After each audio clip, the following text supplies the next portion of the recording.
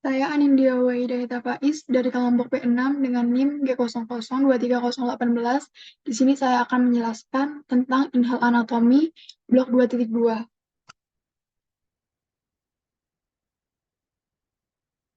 Yang pertama tentang perbedaan sirkulasi fetal dan orang dewasa. Jadi di sini tuh ada gambaran tentang sirkulasi fetal pada bayi, dan di sini juga ada gambarannya.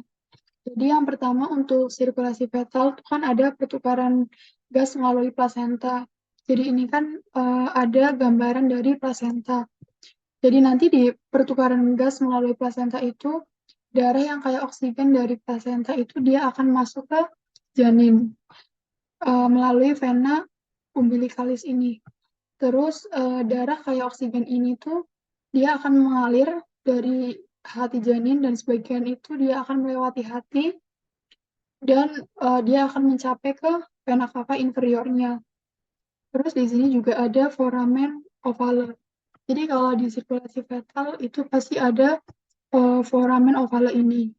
Jadi nanti di jantung janin itu darah darah kayak kayak oksigen tuh dari vena cava inferior itu sebagian besar tuh dia akan dialirkan ke atrium kiri melalui foramen ovale ini.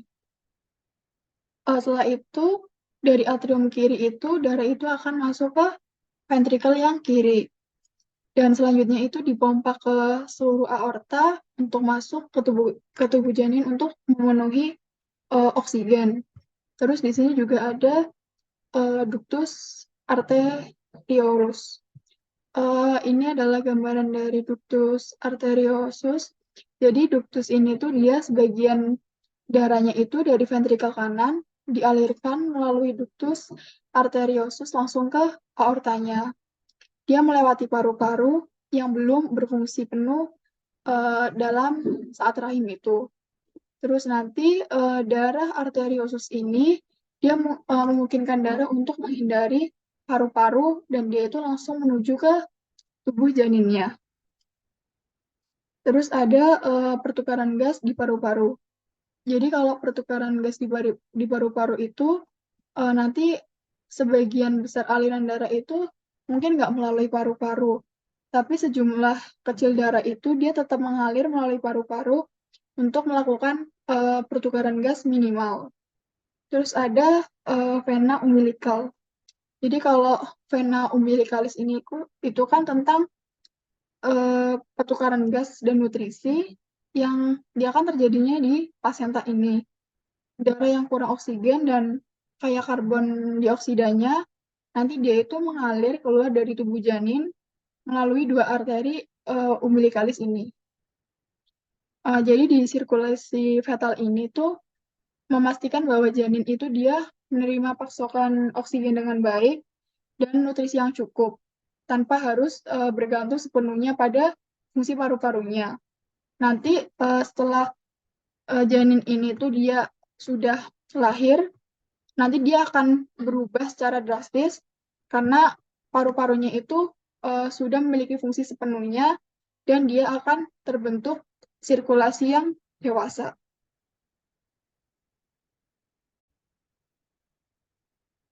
Jadi rangkuman dari sirkulasi fetal itu dia itu kan bisa didefinisikan sebagai ketergantungan saluran. Jadi kan ada 4 jenis, yaitu kan ada arteri sama vena umbilicalis, terus ada ductus venosus, ada foramen ovale, sama ada ductus arteriosus. Nah, di sini kan ada rangkuman dari sirkulasi pada fetal. Jadi yang pertama ini kan di vena cava inferiornya. Jadi darah itu nanti dia akan masuk melalui vena umbilicalisnya. Terus nanti setelah masuk ductus venosusnya ini, tuh dia akan mengalirkan darah beroksigen dari plasentanya menjauh dari hati yang semi fungsional, dan dia akan dilanjut menuju ke jantung. Terus setelah itu kan darah yang udah teroksigenasi kan dari plasentanya, dia akan masuk melalui atrium kanan melalui vena cava inferior yang di sini. Setelah itu foramen ovale itu dia akan memungkinkan darah beroksigennya itu di atrium kanan sudah mencapai di atrium kiri. Setelah itu nanti dari ductus arteriosusnya dia akan menghubungkan dengan aorta, dengan arteri pulmonalis juga. Selanjutnya dia akan mengalirkan darah dari paru-paru, nanti dia akan masuk ke aortanya.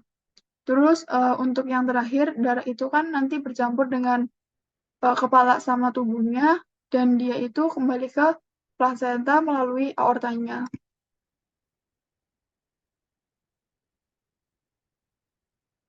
Jadi kan ini kan ada gambaran dari jantung fetalnya sama jantung setelah dia itu lahir. Jadi otomatis nanti ketika masih di dalam janin itu, di dalam kandungan dia kan foramen ovalnya kan dia terbuka. Tapi ketika dia sudah lahir, otomatis nanti foramen ovalnya dia akan menutup.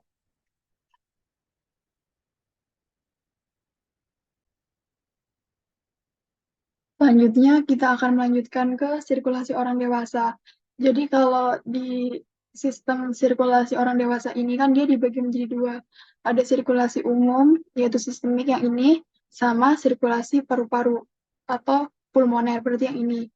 Jadi kan kalau sirkulasi umum, sistemik ini kan dia nanti sirkulasi darah yang mengalir dari jantung kiri ke seluruh tubuh dan dia tuh akan kembali ke jantung kanan.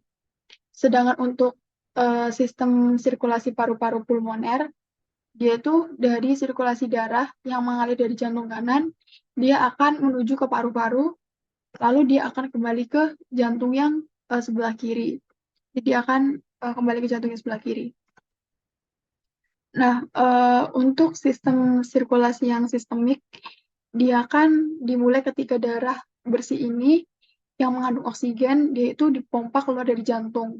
Jadi dia dipompa keluar dari jantung ini melalui ventrikel kiri. Jadi dia akan melalui ke ventrikel kirinya. Nah, setelah dia sudah keluar, kan dia kan ke pembuluh darah aortanya kan. Lalu dia akan ke seluruh bagian tubuhnya dan dia akan melalui arteri-arteri hingga pembuluh darah yang diameternya itu paling kecil yang dinamakan tuh kapiler kan. Selanjutnya, jadi kan selain itu di sistem sistemik ini kan dia terdapat pertukaran zat kayak mulai proses difusi, pinositosis, transfer vesikuler, sama filtrasi dan reabsorpsinya. Selain itu juga di sistem sirkulasi ini dia kan nanti setelah kan udah mencapai kapiler, nanti dia itu kan akan membawa kembali darah kotor yang dinamakan venule, yang dia itu ada hubungannya antara arteriola sama dengan venula melalui capillary bed yang berbentuk seperti anyaman. Jadi nanti darah dari arteriola tuh dia mengalir ke dalam venula, ke venula, terus dia akan melalui pembuluh darah balik vena, yaitu vena terbesar, ada vena cava inferior sama vena cava superiornya. Terus dia akan kembali ke jantung yang kanan, atau yang ini, atrium yang kanannya. Nanti darah dari atrium kanannya, dia itu memasuki ventrikel kanan melalui katut trikuspid. Terus kan yang kedua tadi ada sirkulasi tentang ini kan, paru-paru atau pulmoner. Jadi untuk sistem sirkulasi paru-paru ini kan dimulai ketika darah kotor yang tidak mengandung oksigen CO2. Jadi kan dia kan tidak mengandung oksigen kan, tetapi dia itu mengandung banyak karbon dioksidanya. Dia kan berasal dari vena cava inferior sama superiornya. Terus nanti dia mengalirkannya meninggalkan jantung dari bilik kanannya atau ventrikel kanannya. Dan melalui arteri pulmonalis menuju ke paru-paru. Terus jadi nanti di dalam paru-paru kanan dan kiri ini darah itu mengalir melalui kapilaria paru-paru, di mana di situ itu terjadi pertukaran zat dan cairan melalui proses filtrasi dan reabsorpsi serta difusi.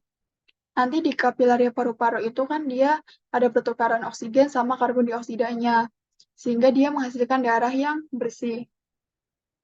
Nanti darah yang bersih ini, itu dia akan keluar paru-paru melalui vena pulmonalisnya. Nanti dia akan masuk ke jantung yang bagian kirinya. Setelah itu nanti kan kecepatan aliran di dalam kapilari paru-paru kan itu kan sangat lambat. Setelah mencapai vena pulmonalis, nanti kecepatan aliran darah itu bertambah kembali.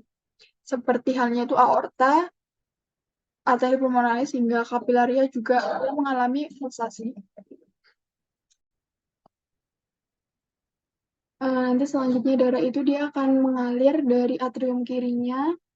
Dari atrium kirinya ini dia itu melalui katum mitral memasuki ventrikel bagian kiri, lalu dia keluar dari jantung melalui aorta dan di sini tuh nanti sistem sirkulasi dari sistemiknya itu dia mulai lagi dan terus berkesinambungannya.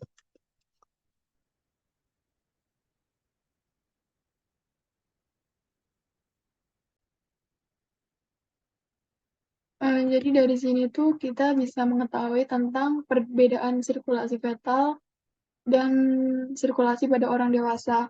Jadi kan kalau gambaran tentang sirkulasi di orang dewasa, kan dia rata-rata terdapat sekitar 5 liter darah dalam sirkulasi, terus nanti curah jantungnya tuh kira-kira 5 liter per menit dengan volume 80%, sirkulasinya yang ada di vena sistemiknya.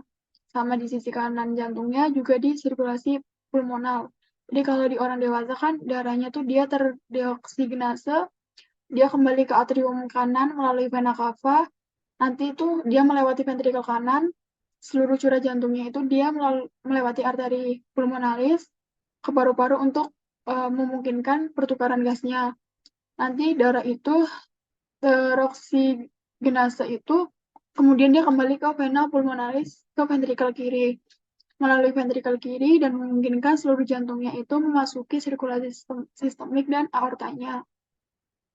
Terus untuk sirkulasi janin kan eh, karena kalau di sirkulasi janin kan dia paru-parunya kan belum cukup matang untuk memungkinkan pertukaran gas sehingga dia kan pertukaran gasnya kan dia ada di plasenta ini. Selanjutnya sistem kardiovaskular janin itu kan disesuaikan untuk memastikan darah itu teroksigenase paling tinggi disalurkan ke miokardium sama otak. Jadi hal ini itu dicapai dengan aliran darah teroksigen yang lebih disukai dan adanya pirau intrakardiak sama ekstrakardiak.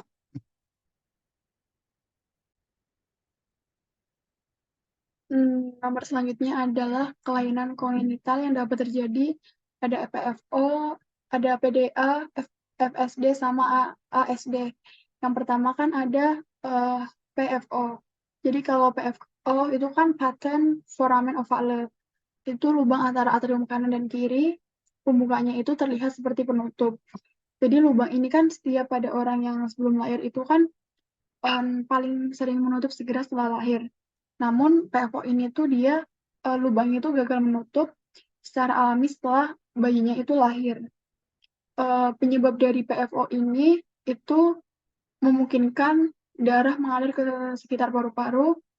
Nah, paru-paru bayi ini tuh tidak digunakan saat ia tumbuh di dalam rahim, sehingga lubang itu tuh tidak menimbulkan masalah pada bayi yang belum lahir.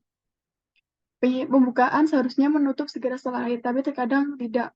Pada sekitar 1 dari 4 orang, pembukanya itu tidak pernah tertutup. Jadi kalau nggak tertutup kan disebut dengan PFO ini, patent foramen ovale. Jadi sebenarnya penyebab PFO ini tuh tidak diketahui dan tidak ada faktor risiko yang diketahui. Jadi penyakit ini tuh dapat ditemukan bersamaan dengan kelainan jantung lainnya, kayak contohnya aneurisma septum atrium atau jaringan Chiari. Terus untuk tadi gejalanya, jadi bayi dengan PFO dan tidak memiliki kelainan jantungnya itu tidak memiliki gejala. Jadi beberapa orang dewasa dengan PFO ini juga menderita sakit kepala atau migrain. Jadi kan ini ada gambaran, jadi ini untuk ketika dia itu normal dan ketika di sininya tuh ada paten foramen ovalenya, jadi tuh dia nggak bisa menutup.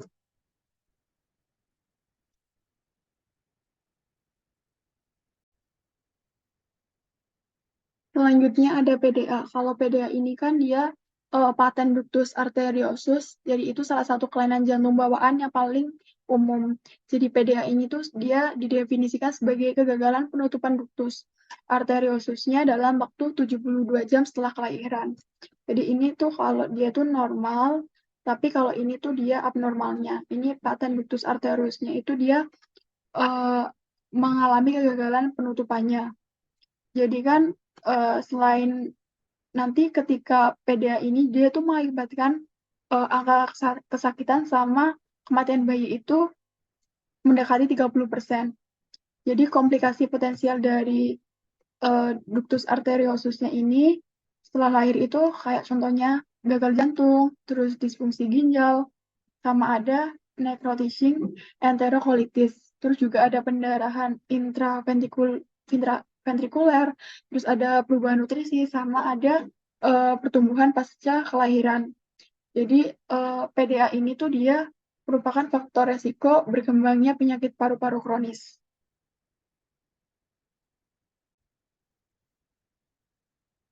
Selanjutnya ada FSD. Jadi FSD ini kan dia atau disebut juga dengan cacat septum ventricle. Jadi kan dia terjadi pada anak-anak dan orang dewasa.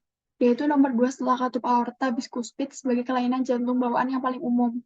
Jadi penutupan spontan paling sering itu terjadi pada kelainan otot. Hal ini terjadi pada 35% sampai 40% pasien dengan defek perimembran. Penutupan spontan ini terjadi pada anak-anak, biasanya pada usia 2 tahun. Hal ini jarang terjadi setelah usia 4 tahun. Jadi ini tuh normalnya ventricle septumnya ini tuh ketika dia abnormalnya. Jadi kan kalau FSD ini kan dia komunikasi abnormal antara ventricle kanan sama kiri serta pembentukan shunt merupakan mekanisme utama gangguan hemodinamik dari FSD ini.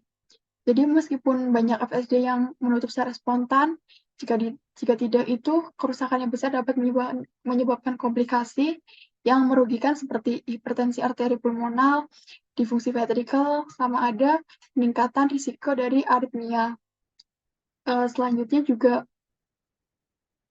pada FSD ini tuh dia ada beberapa faktor genetik yang telah diidentifikasi yang menyebabkan FSD kayak kromosom, terus ada gen tunggal, sama ada warisan poligenik. Terus juga ada faktor risiko yang tidak diwariskan juga dalam perkembangan FSD. Ini termasuk infeksi ibu, kayak contohnya rubella, influenza, penyakit demam, diabetes mellitus ibu, fenilketonuria. Terus ada paparan racun kayak alkohol, ada ganja, ada kokain, sama ada obat-obatan tertentu kayak metronidazol, ibuprofen. Ini tuh juga ada kaitannya dengan FSD.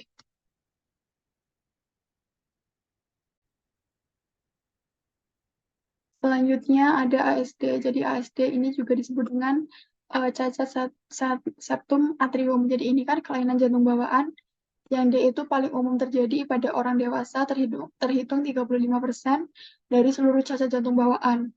Jadi presentasi yang terlambat disebabkan oleh perkembangan remodeling ventrikel kanan yang berbahaya dengan pembesaran ruang jantung kanan.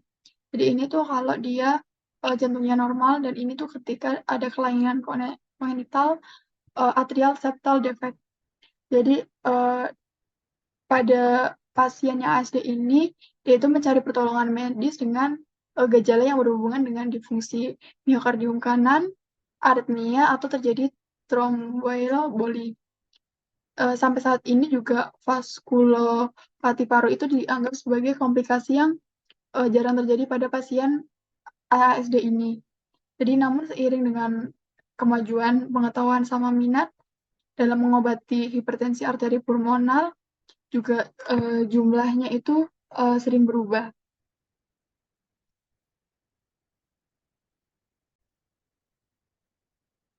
Jadi penyebab dari ASD ini mungkin kayak contohnya ada faktor keturunan atau genetik, terus ada mutasi DNA selama perkembangan janin, terus juga ada ketika ibu itu menderita kondisi medis kayak lupus, rubella, diabetes, terus juga ada paparan zat toksin dari ibu ke janin selama masa kehamilannya.